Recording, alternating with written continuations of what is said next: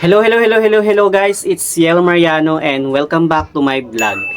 So sa video natin ngayon guys, usapang utang na naman tayo So ayun nga guys, meron naman tayong panibagong i-review na isang online lending apps na nag-offer nga daw ng hanggang 100,000 pesos.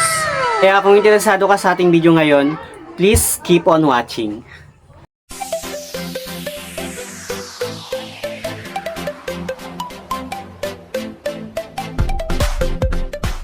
So meron nga tayong panibagong review na isang online lending apps na nag-offer nga daw ng hanggang 100,000 pesos. Ganon kalaki guys. Pero bago natin simulan itong video natin ngayon guys, kung naghahanap ka pa ng mga ibang online lending apps na nag-offer hindi lang ng 7 days, 15 days, kundi nag-offer din sila ng 1 month, 2 months or 3 months na repayment at yung mga online lending apps na legit talaga na pwede nating malapitan in case of emergency, pwede nyong panoorin yung recent video ko. Ito, ayan. Ilalagay ko lang yung link sa my description box at click nyo lang yun guys at mapapanood nyo na yung mga top 5 na online lending apps na legit talaga at pwede nating malapitan in case of emergency or petsa de peligro. So, click nyo lang yun guys kung gusto nyong panoorin. So, back to our topic guys.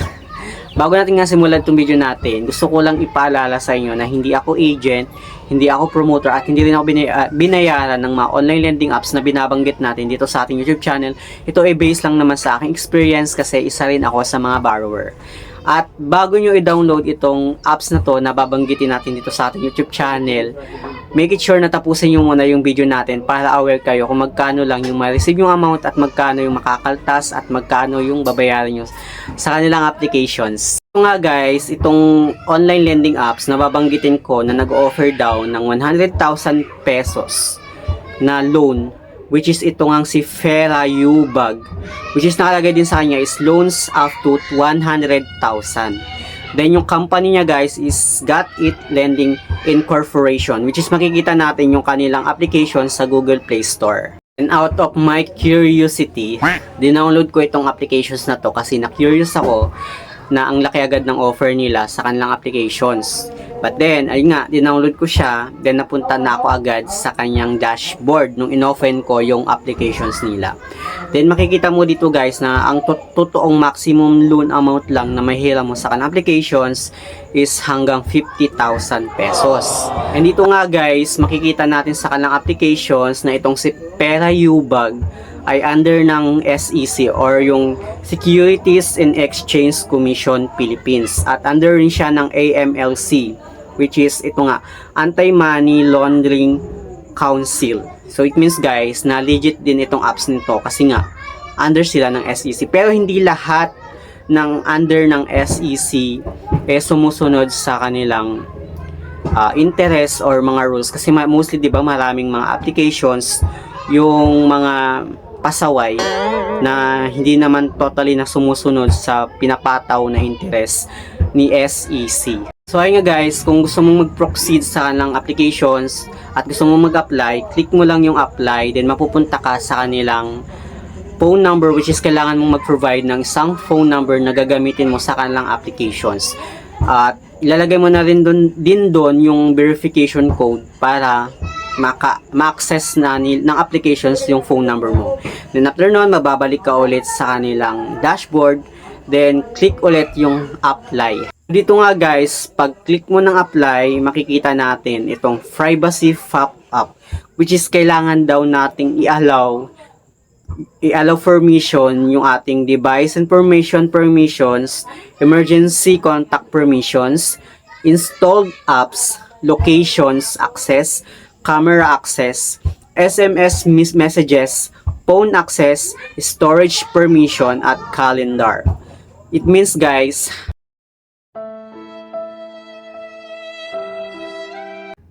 di ba ang daming permission na gusto hinihingi nila na kailangan nga nating i-allow sa kanilang applications. Doon pa lang guys, parang wala ka ng kawala kasi nga i-access talaga nila yung buong cellphone mo, yung buong phone mo sa kanilang applications. Parang guys, parang nagdadalawang isip na ako kasi nga ang dami lang hinihingi na gusto nilang i-access mo or i-allow mo sa kanilang applications. Since nandito na ako sa kanilang applications guys, tinuloy ko na lang siya para gusto ko lang din maging aware kayo kung ano nga ba yung nasa loob nitong applications na to na makikita natin sa Google Play Store. So ayun guys, nung clinic ko na nga at inallow ko yung permission ng aking personal information, lahat-lahat na yon, mapupunta na ako dito sa kanilang ID, which is kailangan mong mag-provide ng isang valid ID, which is ang hinihingin lang valid ID is driving license, PRC, SSS, passport, postal ID, UMID ID, TIN ID at voter ID, national ID, pag-ibig ID at health card ID. So, kung napili ka na ng isang ID na meron ka na available sa'yo, na available din sa ng applications,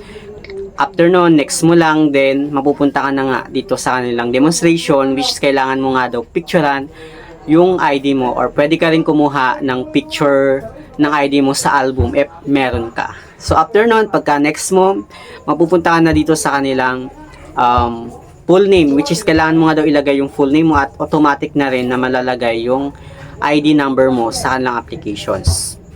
And after nun guys, kailangan mo mag-submit ng selfie pictures mo dahil requirements, kasama yun sa requirements dito sa applications. Pagkatapos nun, mapupunta ka na sa kanilang identity informations, which is kailangan mo mag-fill up ng information mo about sa education mo, marital state, number of credit cards, email, gender, residential address, loan purpose at address details. So, dito nga kailangan mo ding i-submit yung email mo para in case na hindi ka na makontak sa iyong cellphone number, mag-i-email sila sa iyong email address. Then pagkatapos nun guys, mapupunta naman tayo dito sa work information, which is kailangan mong i-provide yung work information, is company name, company address, company phone number, profession, work experience, monthly salary, address, at etc.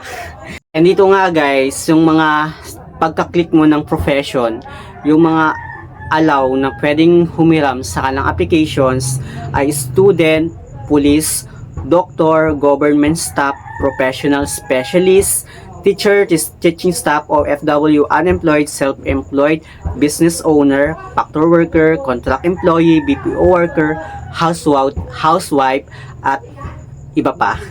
And after nun, mapupunta tayo dito sa ng emergency contacts, which is kailangan nga nating mag-provide ng 5 contacts na pwede nilang makontak in case na hindi ka na nila makontak sa yung phone number. Bali yung 5 contacts yung kukontakin nila. Ang gulo, di ba? Ang gulo ma-explain, pero sana intindihin nyo na lang. Ganun guys, kapag nakalagay na kayo ng 5 contact reference sa lang hinihinging contact information, mapupunta naman tayo dito sa kanilang withdrawal information, which is kailangan nga nating mag-select ng ating recipient na e-wallet or pwede rin yung bank account natin.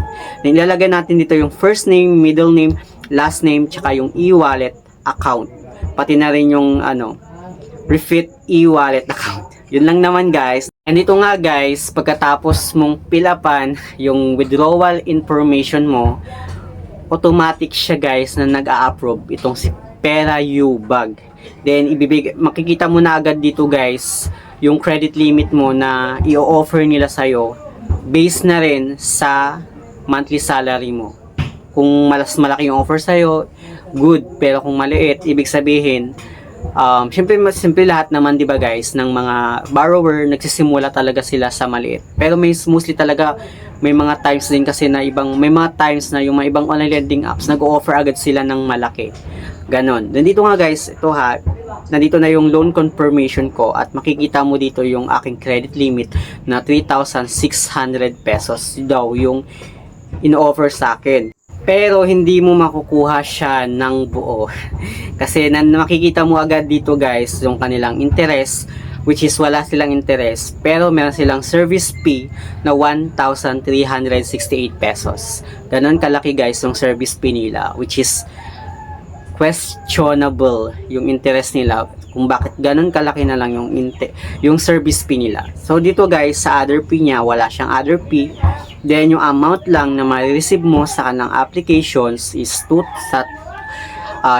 sa hihiramin mo na 3,600 pesos.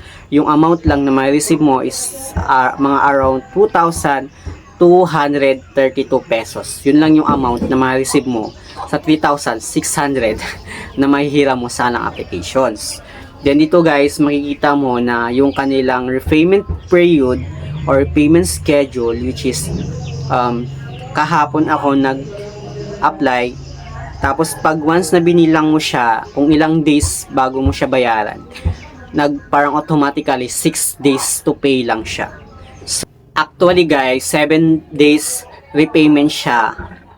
Pero halimbawa guys, ngayong araw ka nag-apply at ngayong araw ka din approve, kasama na yung araw na to ngayon sa 7 days na repayment period nila. Parang papatak lang siya ng 6 days.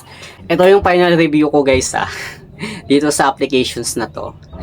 Do you think makakatulong ito sa inyo? Itong applications na to, 7 days repayment lang siya. Actually, hindi siya totally 7 days kasi 6 days repayment lang siya. Ganon. Do you think na makakatulong ba ito sa inyo? Pag-isipan nyo muna ng mabuti bago kayo mag-apply sa mga ganitong applications. Kung ayaw nyong mabaon sa utang, then huwag kayong mag-apply. Kasi itong applications na to na binabanggit ko ngayon dito sa ating vlog ay hindi siya recommended. Pero kung naghahanap talaga kayo ng recommended na apps, legit at yung hindi lang siya 7 days or 15 days to pay, kundi pwede rin siya ng 1 month, 2 months or 3 months. Hanapin nyo lang guys yung recent na video ko, or ito guys, ito yan. Click nyo lang yung link na nasa description box. Pwede yung panoorin yun guys para mayroon kayong idea kung ano nga ba yung mga top 5 ko na mga ginagamit ko talaga ng mga OLA or online lending apps. At kung isa ka namang negosyante na naghahanap ng extra income or yung gusto mong kumita kahit nakahiga ka lang, natutulog ka lang, or nasa bahay ka lang, pwede nyong panoorin yung recent na video ko. Ayan, lalagay ko lang din yung link sa description box. At sinabi ko dun guys yung isa sa mga patok na negosyo ngayong 2023. Actually hindi lang siya 2023 kundi nag-start lang siya nung mga pandemic, na patok talaga siya lalo na sa mga tao, at malaki din yung pwede nyong kitain doon sa negosyo na yon. So ayun lang naman yung pag-uusapan natin ngayong araw na to. At kung meron ka namang natutunan or nalaman about sa ating topic ngayon o sa content natin ngayon dito sa ating panibagong content, please huwag niyong kakalimutan na mag-subscribe and click the notification bell para updated ka lagi sa aking mga susunod na video. At kung gusto niyo pa ng more na content about sa negosyo, please comment down below. At kung gusto niyo naman sa mga loan apps na mga 0% interest, please comment down below. Magkakaroon ako ng review about sa mga 0% interest na mga online loan apps. So ayun lang naman guys. Thank you for watching and see you on my next video. Bye!